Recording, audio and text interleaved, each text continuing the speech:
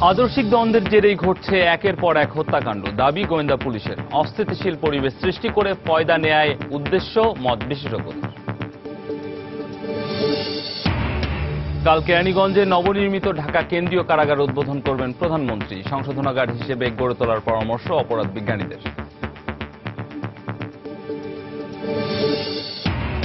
দেশের বিভিন্ন স্থানে আলাদা অভিযানে শিকার নিষিদ্ধ 138 মণ জাটকা জব্দ, আটক এক। দখল আর ভরাট বাণিজ্যে জলাশয় হারাচ্ছে চট্টগ্রাম নগরী, নষ্ট হচ্ছে পরিবেশের ভারসাম্য, দ্রুত ব্যবস্থা নেওয়ার আশ্বাস মেয়রের। এবং যুক্তরাষ্ট্রে অবৈধ অভিবাসী বহিষ্কার নীতির প্রতিবাদে বিক্ষোভ, ফেরত পাঠানো বাংলাদেশিদের সঙ্গে অমানবিক আচরণের অভিযোগ।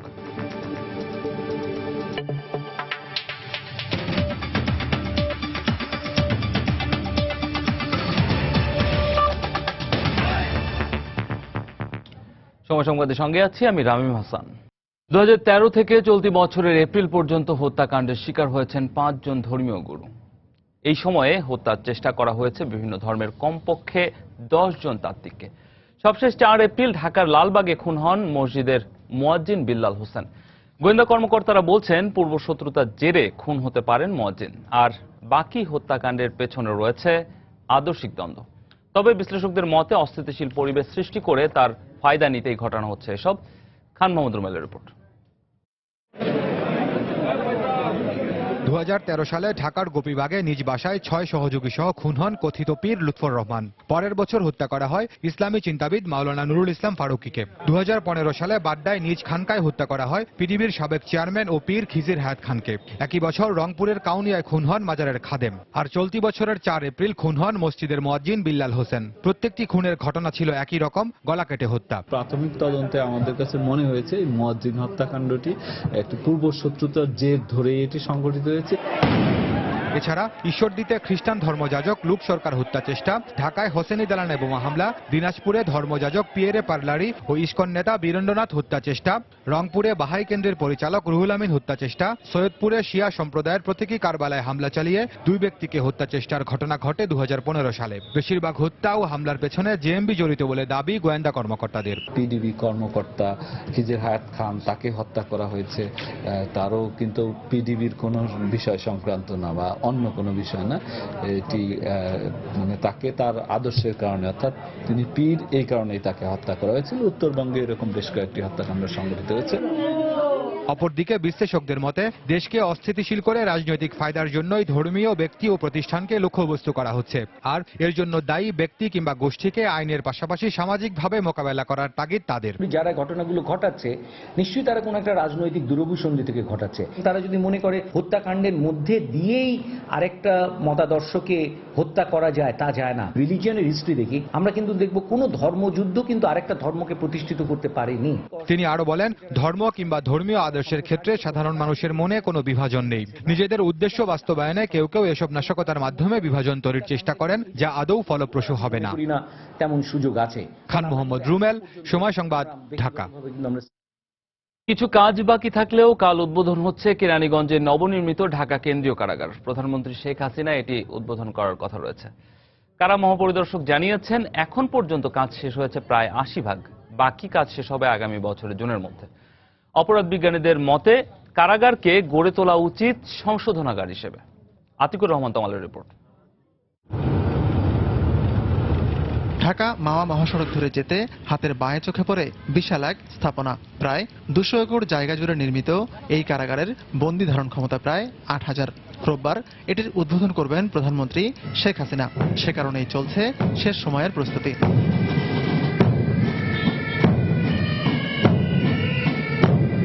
বন্দীদের 8টি ভবনের মধ্যে 6টির কাজ পুরোপুরি শেষ, বাকি 2টির কাজও শেষের পথে। অন্যান্য সব কিছুর মতো তৈরি হয়েছে ফাঁসির মঞ্চ। উদ্বোধনের পর এ মাসের মধ্যেই নাজিমউদ্দিন রোডের কারাগার থেকে সব বন্দীকে নতুন কারাগারে নিয়ে আসা হবে, এমনটি বলছেন কারা মহাপরিদর্শক। এপ্রিলের মধ্যেই আমরা এটা স্থানান্তরিত করব ঢাকা কেন্দ্রীয় কারাগার। ঢাকা কেন্দ্রীয় কারাগার কেরানীগঞ্জ প্রকল্প হিসাবে বলি তাহলে সেটা শেষ হবে জুন 2017 সালে। বাকি আছে 2টো বন্দি ব্যারাক, ওটা শেষ হয়ে যাবে এবং সেটা আমরা স্থানান্তরিত করার পরেও আমরা যথাযথ নিরাপত্তা বিধান করে এটাতে কাজ করতে পারবো ইনশাআল্লাহ। এদিকে নবনির্মিত কারাগারটিকে শোধনাগার হিসেবে গড়ে তোলার কথা বলছেন অপরাধ বিজ্ঞানীরা। অবশ্য কর্তৃপক্ষের মত এ ব্যাপারে ভাবছেন তারাও। এই কারা প্রশাসনের সাথে সংযুক্ত যারা আছেন তাদেরকেই পর্যাপ্ত ট্রেনিং এর ব্যবস্থা করা, তাদেরকে বাইরের কারাগার দেখে আনার ব্যবস্থা করা, প্রকৃত অর্থেই যেন কারাগার যাতে একটা কারেকশন সেন্টারের রূপ নিতে পারে, আমাদের সেই দিকেই যেতে হবে। আগে একটা আমাদের ধারণা ছিল যে লাল দালান বলতো, কালারের উপর মানুষের মনে একটা ইমপ্রেশন হয়। চেষ্টা করছি যে আমাদের কারাগার থেকে আমরাও সংশোধনাগারের দিকে এগিয়ে যাব ধীরে ধীরে। তো সেই কাজটা এখন থেকেই পরিকল্পনা করছি, ধীরে ধীরে বাস্তবায়ন হবে। এখন থেকেই সেটার উপর ভিত্তি করে আমরা রংগুলোকে একটু মাইল্ড কালার করার চেষ্টা করেছি। বন্দি স্থানান্তরের পর নাজিমুদ্দিন রোডের কারাগারটি রূপান্তরিত হবে কারা জাদুঘরে। খেতে থাকবে বঙ্গবন্ধু ও চার নেতার জাদুঘর, পার্ক, কারা কল্যাণ কেন্দ্র এবং প্রশিক্ষণ কেন্দ্র। জনবসতিপূর্ণ এলাকায় হওয়ায় নিরাপত্তার স্বার্থে ৮০ দশকে এটি স্থানান্তরের সিদ্ধান্ত নেয় কর্তৃপক্ষ।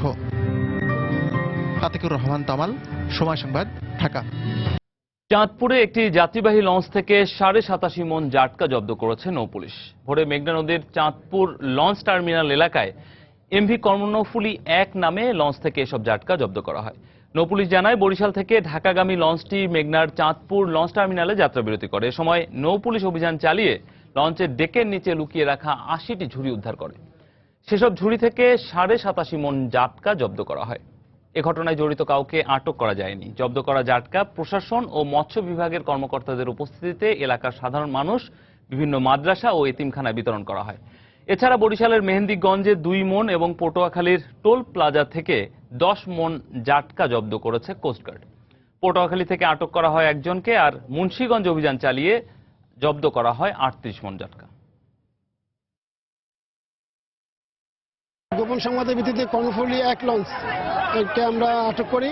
উক্ত লঞ্চ তল্লাশি করে আমরা লঞ্চ থেকে 3,500 কেজি জাটকা মাছ জব্দ করি এবং উক্ত জব্দকৃত জাটকা মাছ নির্বাহী ম্যাজিস্ট্রেট মৎস্য কর্মকর্তাদের উপস্থিতিতে ইহা এতিমখানা, মাদ্রাসা এবং দুস্থদের মধ্যে বিতরণ করি। সময় সংবাদে আরো থাকছে। বাংলা নববর্ষকে বরণ করে নিতে চলছে ব্যাপক প্রস্তুতি। মঙ্গল শোভাযাত্রার আয়োজনের পাশাপাশি জমে উঠেছে বৈশাখী কেনাকাটা। সরকারি সংস্থাগুলোর যথাযথ নজরদারি না থাকায় চট্টগ্রামে একের পর এক পুকুর, দিঘি ও ডোবা ভরাট আর দখল করছে ভূমিদস্যুরা। ময়লা আবর্জনা ও মাটি ফেলে এসব জলাশয় ভরাটের কারণে বর্ষায় নগরীতে সৃষ্টি হচ্ছে জলাবদ্ধতা। এতে ব্যাহত হচ্ছে অগ্নি নির্বাপন ব্যবস্থা এবং নষ্ট হচ্ছে পরিবেশের ভারসাম্য। এজন্য রক্ষণাবেক্ষণের দায়িত্বে নিয়োজিত সংস্থাগুলোর মধ্যে সমন্বয়হীনতাকেই দুষছেন সংশ্লিষ্টরা। আশাফুল আলম মামুনের ছবি ও শফিকুল আলমের তথ্য নির্দেশ রিপোর্ট। কোনো ধরনের নিয়ম নীতির তোয়াক্কা না করেই নগরীর ঐতিহ্যবাহী এই আশকার দিঘির চারিদিক ভরাট করে দখল করছে স্থানীয় প্রভাবশালীরা। প্রথমে ময়লা আবর্জনা ফেলা হচ্ছে দিঘিতে, পরে রাতে মাটি ফেলে খুঁটি গেড়ে কৌশলে ধীরে ধীরে ভরাট করছে দিঘির বিভিন্ন অংশ। ভরাট করা অংশে গড়ে তোলা হচ্ছে ছোট ছোট বস্তিঘর, এমনকি সুযোগ বুঝে গড়ে উঠছে বহুতল ভবনও। আশকার দিঘির মতো একই অবস্থা নগরীর বলুয়ার দিঘি, সুলকবহরের মুন্সি পুকুর ও দেওয়ান পুকুর সহ অন্যান্য দিঘি এবং পুকুরের। দক্ষিণ পাড়ের ঘাটটা আয়না সব মালগুলো বাইরের থেকে আয়না এখানে পুকুরগুলো ভরাট করছে। বিভিন্ন ধরনের কাঁচরা ময়লা, বস্তি এলাকা তো কাঁচরা ময়লা সবাই ইচ্ছে মতো ফালা। এগুলা যদি একটু পরিষ্কার কিংবা ময়লা ফালা এগুলা বন্ধ করলে ভালো হয়। জলাশয়গুলো ভরাট করতে পরিকল্পিতভাবে ময়লা আবর্জনা ফেলায় একদিকে যেমন পানি ব্যবহারের অনুপযোগী হয়ে পড়ছে, অন্যদিকে নষ্ট হচ্ছে পরিবেশের ভারসাম্য। পরিবেশ অধিদপ্তর চেষ্টা করছি যারা পুকুর ভরাটের চেষ্টা করছে তাদের বিরুদ্ধে এনফোর্স করা এবং আইনের অধীনে তাদের এই ধরনের জলাশয় ভরাটের দায়ে তাদেরকে ক্ষতিপূরণ ধার্য করা। তবে সিটি মেয়র জানালেন, পুকুর, দিঘি ও জলাশয় দখল এবং ভরাট রোধে সিটি কর্পোরেশন দায়ীদের বিরুদ্ধে দ্রুত ব্যবস্থা নেবে। অবৈধ দখলদার এখানে স্থাপনা তৈরি করেছেন এবং যেগুলো ভরাট হয়ে গেছে এগুলোকে চিহ্নিত করে এগুলোর বিরুদ্ধে আমরা ক্রাশ প্রোগ্রামে নামবো। পরিবেশ অধিদপ্তরের তথ্য মতে দখলের জন্য ভরাটের প্রক্রিয়া চলায় হুমকির মুখে রয়েছে নগরীর 20টির বেশি পুকুর, দিঘি ও ডোবা। জলাশয় সুরক্ষা আইনে এসব অপরাধের জন্য মাত্র 2 বছরের জেল ও সর্বনিম্ন 1 লাখ টাকা জরিমানার বিধান রয়েছে। সময় সংবাদ, চট্টগ্রাম। হাসপাতাল এলাকায় নিরাপত্তা নিশ্চিতের দাবিতে কর্মবিরতি পালন করছে রংপুর মেডিকেল কলেজ হাসপাতালের ইন্টার্ন চিকিৎসকরা। এরই অংশ হিসেবে সকাল 9:30টায় ক্যাম্পাস চত্বরে মানববন্ধন করেন তারা। চিকিৎসকরা জানান, গত বৃহস্পতিবার রাতে সুমন নামে এক ইন্টার্ন চিকিৎসকের উপর ক্যাম্পাসের ভেতরই হামলা চালায় কয়েকজন দুর্বৃত্ত। ছুরিকাঘাত করে তার কাছ থেকে বেশ কিছু টাকা ও মোবাইল ছিনিয়ে নেওয়া হয়। এই ঘটনায় ক্যাম্পাসে নিরাপত্তাহীনতার অভিযোগ তুলে অবিলম্বে একটি স্থায়ী পুলিশ ফাঁড়ির স্থাপনের দাবি জানিয়েছেন ইন্টার্ন চিকিৎসকরা। যথাসম্ভব দাবি মেনে নেয়ার আশ্বাস দিয়েছেন হাসপাতাল কর্তৃপক্ষ।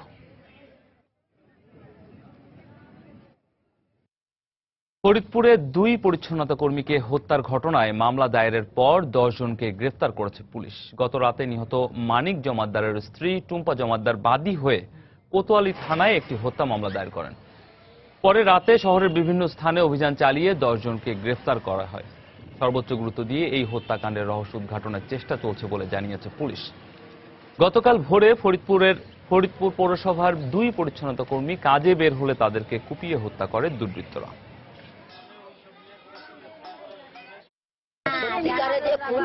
তার বিচার আমি চাই। আমার ছেলে যেরকম খুন হয়েছে স্যার, আমার ছেলের বিচার ওইরকমই আমি চাই। অভিযান অব্যাহত আছে, তদন্ত জোরদার আছে। আমরা আশা করছি স্বল্প সময়ের মধ্যেই এই হত্যাকাণ্ডের রহস্য উন্মোচন সহ অপরাধীদের আইনের আওতায় আনতে সক্ষম হবে। চুয়াডাঙ্গার দর্শনায় কৃষি সম্প্রসারণ অধিদপ্তরের একটি ভবন নির্মাণে রডের পরিবর্তে বাঁশ ব্যবহারের ঘটনায় সহকারী প্রকৌশলী সুব্রত বিশ্বাসকে সাময়িকভাবে বরখাস্ত করা হয়েছে। গতকাল বিকেলে কৃষি সম্প্রসারণ অধিদপ্তরের মহাপরিচালক হামিদুর রহমান তাকে বরখাস্ত করেন। এর আগে দুপুরে গঠিত তদন্ত কমিটির 3 সদস্য সহ 7 জনের একটি প্রতিনিধি দল ঘটনাস্থল পরিদর্শন করেন। দর্শনা পৌর ভবনের পেছনে 2,41 লাখ টাকা ব্যয়ে নির্মাণ করা হচ্ছে কৃষি সম্প্রসারণ অধিদপ্তরের আওতাধীন উদ্ভিদ সঙ্গ নিরোধ কেন্দ্র ভবন। এটি নির্মাণ কাজে প্রয়োজনীয় রডের পরিবর্তে বাঁশ এবং নিম্নমানের ইট, বালু ও সিমেন্ট ব্যবহারের অভিযোগ ওঠে। এ ঘটনায় এলাকাবাসীর প্রতিরোধের মুখে পড়ে ঠিকাদারি প্রতিষ্ঠান কর্মকর্তারা।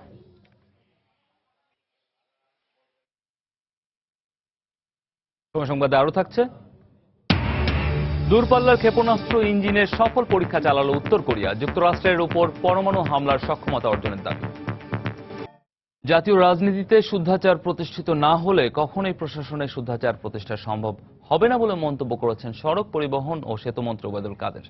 সকালে রাজধানীর বিয়া মিলনায়তনে এক কর্মশালার উদ্বোধনী অনুষ্ঠানে তিনি এই মন্তব্য করেন। তিনি সরকারি কর্মকর্তাদেরকে দুর্নীতিমুক্ত থেকে সর্বোচ্চ পরিশ্রম করে দেশকে সামনের দিকে এগিয়ে নিয়ে যাওয়ার আহ্বান জানান।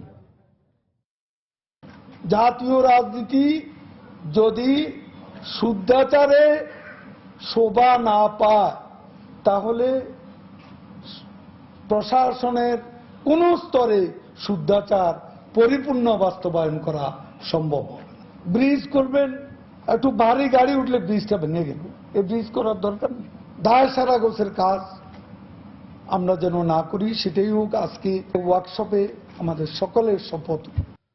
অবৈধ অভিবাসীদের বহিষ্কারের নীতি অব্যাহত রাখায় ওবামা প্রশাসনের বিরুদ্ধে বিক্ষোভ করেছে যুক্তরাষ্ট্রের প্রবাসী বাংলাদেশি সহ বিভিন্ন মহল।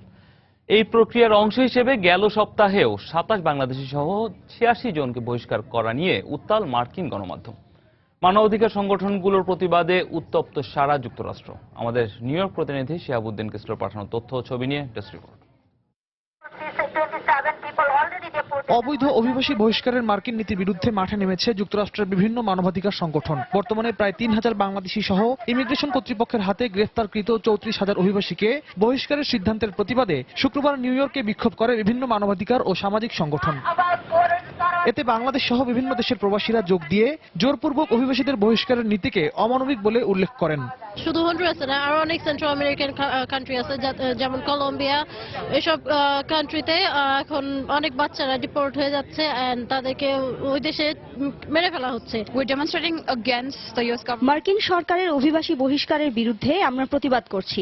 বাংলাদেশি, নেপালি, ভারতীয় প্রায় 100 জনকে বহিষ্কার করা হয়েছে। সেন্ট্রাল আমেরিকার অভিবাসীদেরকেও বহিষ্কার করা হয়েছে, যাদেরকে সেখানে হত্যা করা হচ্ছে। এটা মানবাধিকারের লঙ্ঘন। অভিবাসীদের জন্য ন্যায় বিচার নিশ্চিত করতে সবাইকে ঐক্যবদ্ধ হওয়ার আহ্বান জানিয়েছেন নিউ ইয়র্কে জন্মগ্রহণকারী বাংলাদেশের সমাজকর্মী শাহানা হালিম। যাদের স্টোরি আমরা শুনছি, যাদের এক্সপিরিয়েন্স থেকে বলতেছে যে ওরা কিভাবে এখানে আসছে, ওদের হিস্ট্রি, তারপর ওরা জেলে কিভাবে কাটাইছে দিনগুলো, ওগুলো শুনে আমার অনেক খারাপ লাগতেছে। আর আমাদের ডেফিনেটলি কিছু করা উচিত, আর স্পেশালি বাংলাদেশি কমিউনিটি হয়ে আমাদের একসাথে থাকা উচিত, যেন কোনো ইনজাস্টিস যেন ওদের ফেস না করতে হয়। সম্প্রতি 27 বাংলাদেশি সহ 86 অবৈধ অভিবাসীকে বহিষ্কারের ঘটনায় দুঃখ প্রকাশ করেছেন মানবাধিকার কর্মী সাইমা খান। আমাদের মতো এসব দেশের লোক কেন এই উন্নত দেশে আসে, তার কারণ আমরা এই সব দেশেরই অর্থনৈতিক আগ্রাসন, সাম্রাজ্যবাদী আগ্রাসন, রাজনৈতিক আগ্রাসনের কারণে আমরা এসব দেশে আসতে বাধ্য হই, আর এসব দেশে এসে আমরা আরো কঠিন কষ্টের শিকার হই। হোমল্যান্ড সিকিউরিটির তথ্যে জানা যায়, ওবামা প্রশাসনের সময় অবৈধ অভিবাসী বহিষ্কারের মাত্রা প্রেসিডেন্ট বুশের আমলের চেয়ে শতকরা 23 ভাগ বেড়েছে। 2009 সালে প্রেসিডেন্ট ওবামার দায়িত্ব গ্রহণের পর যুক্তরাষ্ট্র থেকে এ পর্যন্ত মোট 25 লাখ অবৈধ অভিবাসীকে বহিষ্কার করা হয়েছে। সময় সংবাদ, নিউ ইয়র্ক, যুক্তরাষ্ট্র। বিশ্বের সবচেয়ে বড় সাইবার আক্রমণ এবং বাংলাদেশের কেন্দ্রীয় ব্যাংকের রিজার্ভ থেকে অর্থ চুরির ঘটনার রাজসাক্ষী হতে পারেন ফিলিপিন্সের আরসিবিসি ব্যাংকের জুপিটার শাখার ব্যবস্থাপক মায়া সান্তোস তেগুইতো। সংবাদ মাধ্যম ব্লুমবার্গে উঠে এসেছে এমনই তথ্য। ব্লুমবার্গ বলছে, অপরাধীদের ধরিয়ে দিতেও রাজসাক্ষীর ভূমিকা পালন করতে পারেন তিনি। শুক্রবার এক সাক্ষাৎকারে মায়ার আইনজীবী ফার্দিনান্দ টোপাকিও জানিয়েছেন, ফিলিপিন্স সরকারের কাছে নিরাপত্তা চাইতে পারে মায়া। তিনি বলেন, ফিলিপিন্স সরকারকে ঘটনার শেষ পর্যন্ত নিয়ে যেতে সাহায্য করতে পারেন তিনি। মায়ের বিরুদ্ধে বাংলাদেশ ব্যাংকের রিজার্ভ থেকে $8 কোটি 10 লাখ ফিলিপিন্সের রিজাল কমার্শিয়াল ব্যাংকিং কর্পোরেশনে যাওয়ার পর এই অর্থ বাংলাদেশের অনুরোধের পরও ছাড় করে দেওয়ার অভিযোগ রয়েছে। রিজার্ভের অর্থ চুরির ঘটনায় জড়িত সন্দেহে ব্যবসায়ী কিম অং এবং ওয়েকাং জুর বিরুদ্ধে সমন জারি করেছে দেশটির বিচার বিভাগ। বাংলার নববর্ষকে বরণ করতে বরিশালে চলছে ব্যাপক প্রস্তুতি। পহেলা বৈশাখের মঙ্গল শোভাযাত্রা আয়োজন নিয়ে ব্যস্ত চারুকলা ও উদীচী শিল্পীরা। এরই মধ্যে বৈশাখী কেনাকাটায় জমজমাট নগরীর মার্কেটগুলো। মাহমুদুন নবী তোলা ছবিতে আরো জানাচ্ছেন ফিরদৌস সোহাগ। পহেলা বৈশাখ বাঙালির প্রাণের উৎসব, তাই সবাই ব্যস্ত, কেউ রং তুলি নিয়ে, আবার কেউ মুখোশ তৈরিতে। বাংলা নতুন বছরকে বরণ করতে প্রতি বছরের মতো এবারও বরিশালে মঙ্গল শোভাযাত্রার আয়োজন করা হয়েছে। এ উপলক্ষে বাঙালির ঐতিহ্য হাতি, ঘোড়া, ময়ূর, কুমির, পাখা, ঘুড়ি ইত্যাদি বানাতে ব্যস্ত চারুকলা উদীচীর শিল্পীরা। এছাড়া কাগজ দিয়ে তৈরি করা হচ্ছে নানা রকম মুখোশ। পহেলা বৈশাখ উদযাপন উপলক্ষে কাজ করছি। প্রতি বছর আমরা বর্ষ বরণের প্রস্তুতি নিই, এবারও নিচ্ছি। প্রতি বছর বাংলা নববর্ষে আমরা অনেক আনন্দ করি, এবারও করব। এবার মঙ্গল শোভাযাত্রায় অনেক রঙের বৈচিত্র্য থাকবে। আমরা রাখি ও ঢাক উৎসব করব, এর জন্য প্রস্তুতি নিচ্ছি। এবছর সরকার নববর্ষ উপলক্ষে উৎসব ভাতা প্রদান করায় বেচাকেনা ভালো বলে জানালেন ব্যবসায়ীরা। পয়লা বৈশাখ উপলক্ষে শাড়ি এবং থ্রি পিসের অনেক কালেকশন আমাদের, এবং বেচা বিক্রিও ভালো। সরকারি বেসরকারি সবার জন্য উৎসব বোনাসের ব্যবস্থা করেছে, এর জন্য আমাদের বেচাকেনা খুব ভালো। পহেলা বৈশাখের অনুষ্ঠানে নিরাপত্তা জোরদারের দাবি জানিয়েছেন আয়োজকরা। অবশ্য পুলিশ বলছে, নেওয়া হয়েছে যথাযথ নিরাপত্তা ব্যবস্থা। বরিশালবাসী সব আয়োজনে স্বতঃস্ফূর্তভাবে অংশগ্রহণ করে। আমরা চাই যথাযথ নিরাপত্তা, তবে নিরাপত্তার নামে যেন বাড়াবাড়ি না হয় সেদিকটাও লক্ষ্য রাখার জন্য অনুরোধ করছি। উৎসব সুন্দর ও সুষ্ঠু করতে পোশাকধারী পুলিশের পাশাপাশি বিপুল সংখ্যক সাদা পোশাকে পুলিশ নিয়োজিত থাকবে।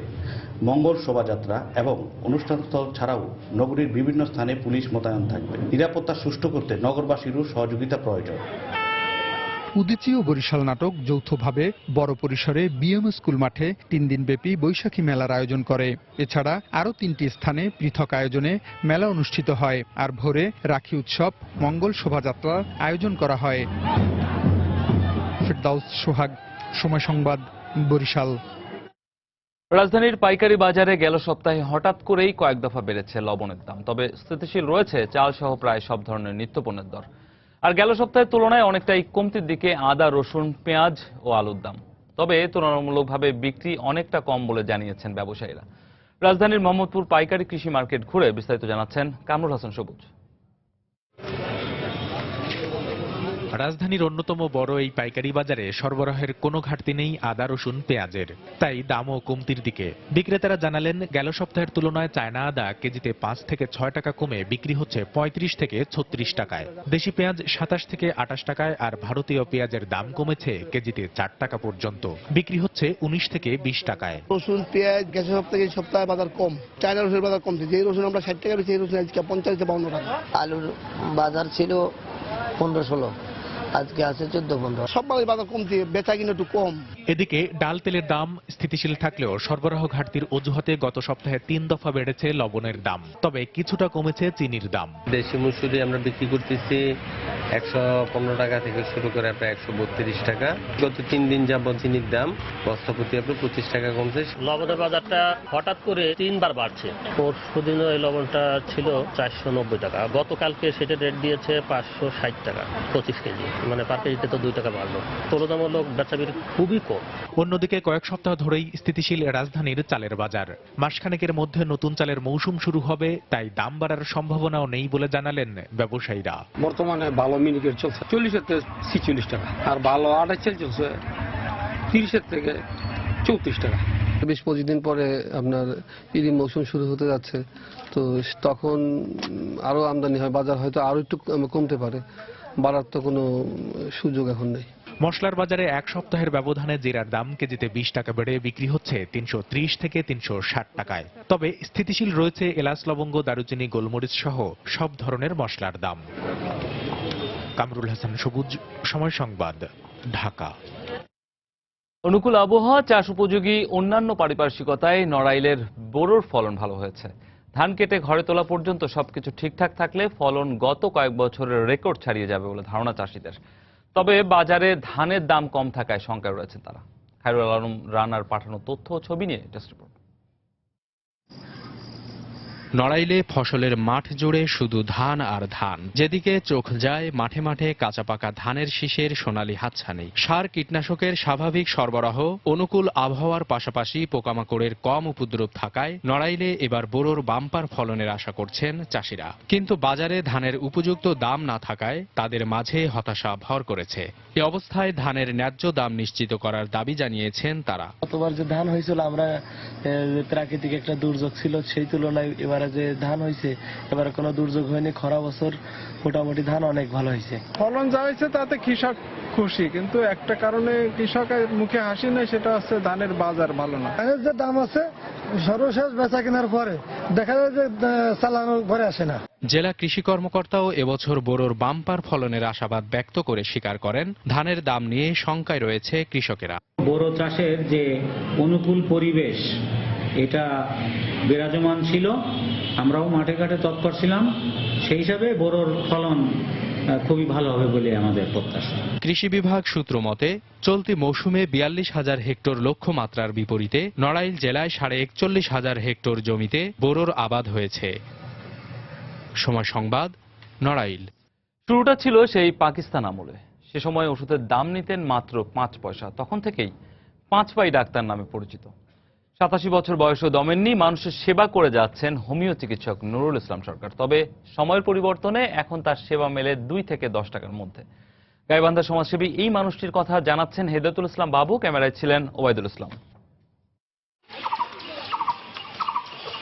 লাঠিতে ভর করে প্রতিদিন সকালে বাড়ি থেকে মাইলখানেক পথ পায়ে হেঁটে 5 পাই ডাক্তার হিসেবে পরিচিত নুরুল ইসলাম সরকার হাজির হন শহরের পুরাতন বাজারে জরাজীর্ণ চেম্বারে। ঘড়ির কাঁটা 9টা পার হতে না হতেই চিকিৎসা নিতে আসা শত শত মানুষের ভিড় জমে যায় হোমিওপ্যাথির এই চিকিৎসককে ঘিরে। রোগীর মুখ থেকে রোগের লক্ষণ শুনে এক টুকরো কাগজে লিখে দেন ওষুধ। এক সময় 5 পয়সা নিলেও এখন তার ওষুধের দাম পড়ে মাত্র কয়েক টাকা।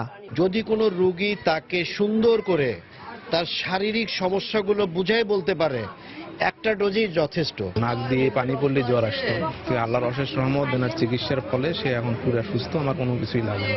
প্রতিদিন গাইবান্ধা সহ পার্শ্ববর্তী জেলার 250 থেকে 300 রোগী আসেন এই চিকিৎসকের কাছে। মানব সেবায় নিবেদিত প্রাণ এই মানুষটি এখন অনেক হোমিও চিকিৎসকের আদর্শ। দূর দূর থেকে লোক আসে, এসে যখন ওষুধ নেয় 10 টাকা নিচ্ছেন, ওনারাই মনে করে যে এটা কি হলো, ওষুধটা কি কাজ করবে, উনি যদি ইচ্ছা করতেন 500 নিতেন। মানুষের সেবার মধ্য দিয়েই বাকি জীবনটা কাটিয়ে দিতে চান মহান এই সমাজসেবী। আমার যতটুকু হওয়া দরকার, সমাজের জন্য যা করা দরকার ছিল সেটা আমি করতে পারিনি। 1929 সালে গাইবান্ধা সদর উপজেলার খোলাহাটি ইউনিয়নের পশ্চিম কোমরনই গ্রামে কৃষক পরিবারে জন্মগ্রহণ করেন তিনি। 1944 সালে হোমিও চিকিৎসা শুরু করেন তিনি। হেদায়েতুল ইসলাম বাবু, সময় সংবাদ, গাইবান্ধা। দেশের বাইরের খবর। দূরপাল্লার ক্ষেপণাস্ত্র ইঞ্জিনের সফল পরীক্ষা চালানোর দাবি করেছে উত্তর কোরিয়া। দেশটির রাষ্ট্রীয় সংবাদ সংস্থা KCNA শনিবার ভোরে এই তথ্য জানায়। তবে কবে এই পরীক্ষা চালানো হয়েছে তা উল্লেখ করা হয়নি। উত্তর কোরিয়ার সর্বোচ্চ নেতা কিম জং উনের নজরদারিতে এই পরীক্ষা চালানো হয়েছে বলে জানানো হয়। এই ইঞ্জিন দিয়ে পরমাণু সমৃদ্ধ ক্ষেপণাস্ত্রের সহায়তায় যে কোনো দেশে হামলা চালানো সম্ভব বলে দাবি উত্তর কোরিয়ার। এতে মার্কিন যুক্তরাষ্ট্রের ওপর পরমাণু হামলারও সক্ষমতা রয়েছে বলে জানানো হয়েছে। এবছরের শুরুতে হাইড্রোজেন বোমার সফল পরীক্ষা চালানোর পর গেল কয়েক মাসে কয়েক দফা ক্ষেপণাস্ত্র পরীক্ষা চালায় উত্তর কোরিয়া। এর জের ধরে নিরাপত্তা পরিষদ দেশটির ওপর বিভিন্ন ধরনের নিষেধাজ্ঞা আরোপ করে।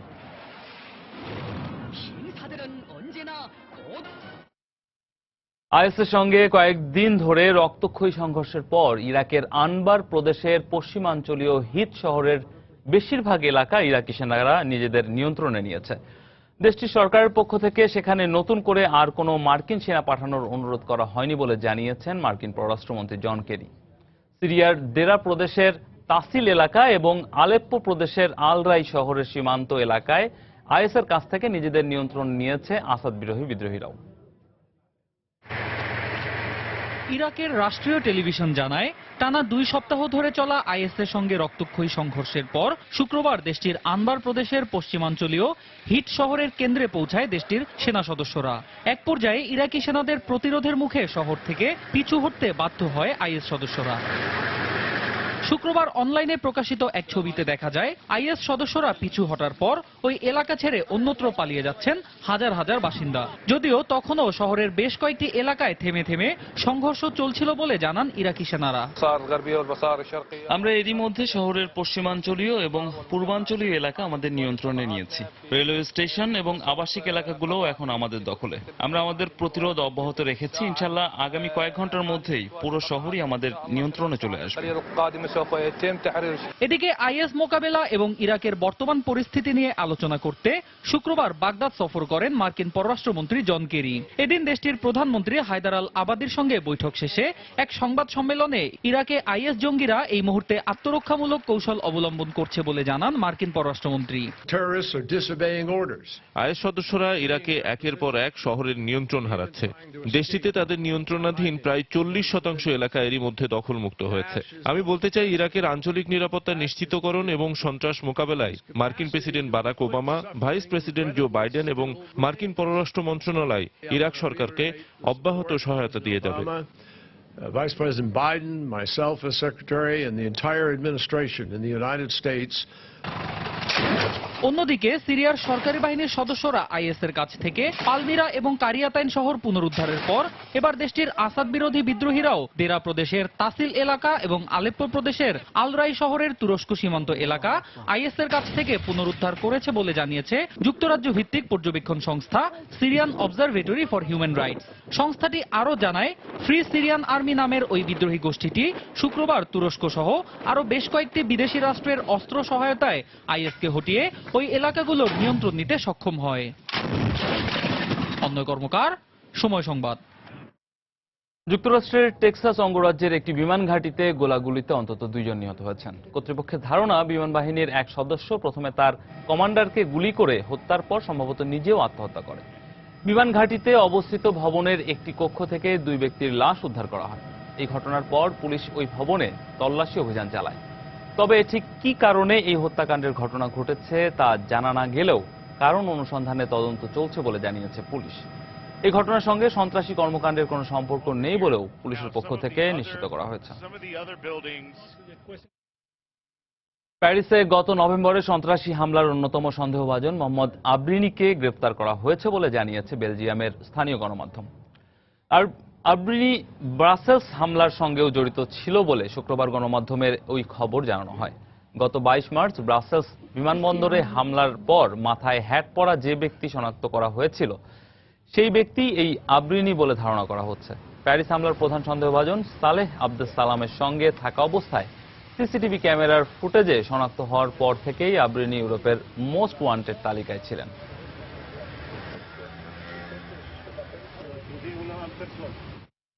খেলার খবর। আজ সন্ধ্যায় ইংলিশ প্রিমিয়ার লিগে মাঠ মাতাবে ম্যানচেস্টার সিটি, চেলসি ও আর্সেনালের মতো জায়ান্ট ক্লাবগুলো। লিবার্টি স্টেডিয়ামে রাত 8টায় চেলসিকে আতিথ্য দেবে সোয়ানসি সিটি। আরেক ম্যাচে ইতিহাদ স্টেডিয়ামে রাত 10:30টায় ম্যানচেস্টার সিটি মুখোমুখি হবে ওয়েস্ট ব্রোমের।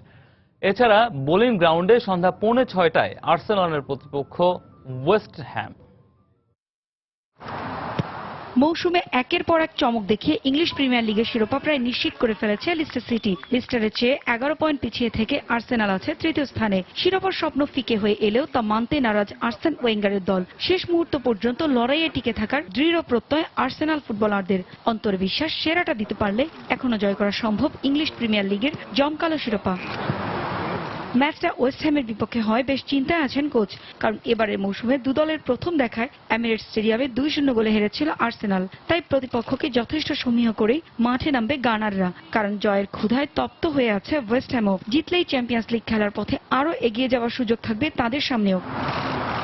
গুরুত্বপূর্ণ এই ম্যাচে ইনজুরি থেকে ফিরবেন ম্যাথিউ ফ্ল্যামিনি ও রামসি, তবে ক্যাজেরোলা ও চেম্বারলাইনকে ছাড়াই খেলতে হবে আর্সেনালকে। ইনজুরি আছে ওয়েস্ট হ্যাম শিবিরেও, তবে পরিসংখ্যান থেকে স্বস্তি খুঁজে নিতে পারেন গানার কোচ আর্সেন ওয়েঙ্গার। দু দলের শেষ 5 দেখায় 4টিতেই যে জয় আছে আর্সেনালের, একটি ম্যাচ জিতেছে ওয়েস্ট হ্যাম।